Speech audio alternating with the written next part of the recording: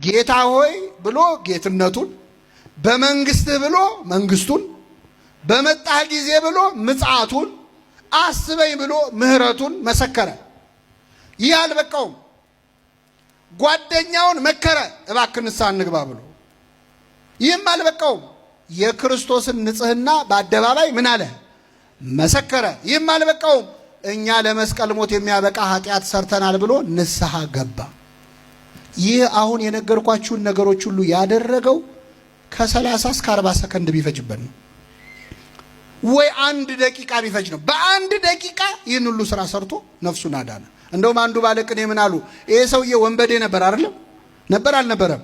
ስራው ስርቆን ነበረ እና መጨረሻ ላይ ምን ሰረቀ ብትሉ እዛው መስቀል ላይ ገነትን ሰረቀ ይላሉ። አዎ ይችልበታል አይደል? መቀማት ገነትን ሰረቀ። ሱራፊ እዛ ሰይፍ ይዞ የገነትን በር ይጠብቃል። እሱ ከባለቤቱ ጋር ጨርሶ መጣ። አስገራሚ ወንበዴ ነው አይደለም? አዎ ባለቤቱን ይቅርታ ጠይቆ ጨርሶ ጉዳዩን መጣ። ይህንን ሁሉ ነገር ያደረገው ግን በ30 ደቂቃ ነው፣ በ30 ሰከንድ ነው፣ ወይ በ1 ደቂቃ ነው። እሺ ደስ ይበላችሁ፣ በ1 ሰዓት ነው። እኛ ህይወታችንን ሙሉ ማድረግ ያልቻለውን እሱ በዚህ ደቂቃ አደረገው። እኛ ንስሐ ለመግባት ስንት ምክንያቶች ነው ያሉ? ተማሪው ቆይ ትምህርቴን ልጨርስ ይላል። ሰራተኛው ቆይ ከጡረታ ልውጣ ይላል። ልጅ ያላቸው ቆይ ልጄን ላሳድግ ይላል። ልጁ ሲያድግ ቆይ ላስመርቀው ይላል። ሲመረቅ ቆይ ልዳረው ይላል። ንስሐ ላለመግባት ምክንያታችን ብዛቱ። እኔ የኔን ስራ ታውቀው የለ እንዴ? እኔ እኮ ነጋዴ ነኝ፣ አሁን ከስራዬ ጋር አይሄድም ይላል። አይመቸኝም ይላል ብዙ ሰው። ምንም ባይመቼ እንደዚህ ወንበዴ ከመስቀል ጋር አልተቸነከርክም። ተቸንክሮ ነፍሱን አዳነ። ምናልባት የዛሬዋ ምሽት የመጨረሻ ምሽታችን ብትሆን ምን እናውቃለን?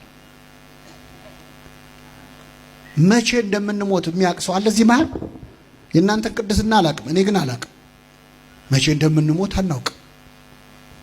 1000 ዓመት አይኖር እንላለን። 100 ዓመት እንኳን እንኖርም። አንገርም? ጉራችን ደግሞ 1000 ዓመት አይኖር ይላል ሰው። 100 ዓመት አትኖርም እኮ።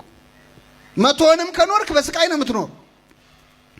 እና የወንበዴ ጌታ ሆይ በመንግስት በመጣ ጊዜ ምን በለኝ።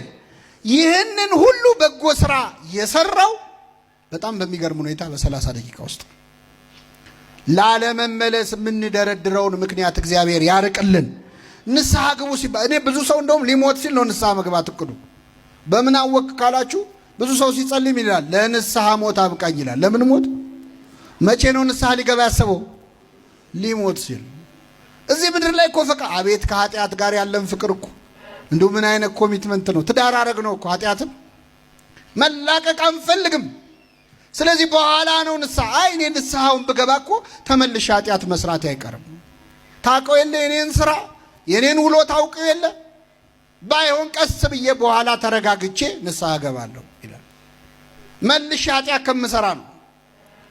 ይሄ ምክንያት አይደለም። ይሄ ምክንያት አይደለም። ምእመናን ገላችንን እንታጠባለን በቀን በቀን። እሺ እንደው ቢርቅ በሳምንት በወር እሺ በአመትም ይሁን ግድ የለም እንታጠባለን። ገላችንን ታጥበን መልሰን እንቆሻለን። አንቆሽሽ አይሰማኝም። ስለዚህ መቆሸሻችን ለማይቀር አንደኛውን ጠርቀምቀም ብሎ ለምን ስንሞት አንታጠቡ ትላላችሁ? አንልም። የእስካሁኑን እንታጠበው፣ የቀረውን እግዚአብሔር ያውቃል አይደለም? አዎ ከስጋ በመታጠብ ከሚመጣብን ቆሻሻ ከምናስወግደው ቆሻሻ በላይ ኃጢአት እኮ የበለጠ ነው፣ የከፋ ነው፣ ነፍስ የሚያቆሽሽ። ስለዚህ ቀጠሮ አትስጡ። የወንበዴ የቀረችውን ሰዓት ወሰነባት። የመዳን ቀን መቼ ነው? ዛሬ አይደለም አሁን ነው የሚለው። ዛሬማ ብዙ ነው። ዛሬማ ከጠዋት እስከ ማታ እኮ ነው። እስከ ሌሊቱም እኮ ዛሬ ነው። የመዳን ቀን መቼ ነው? አሁን ነው።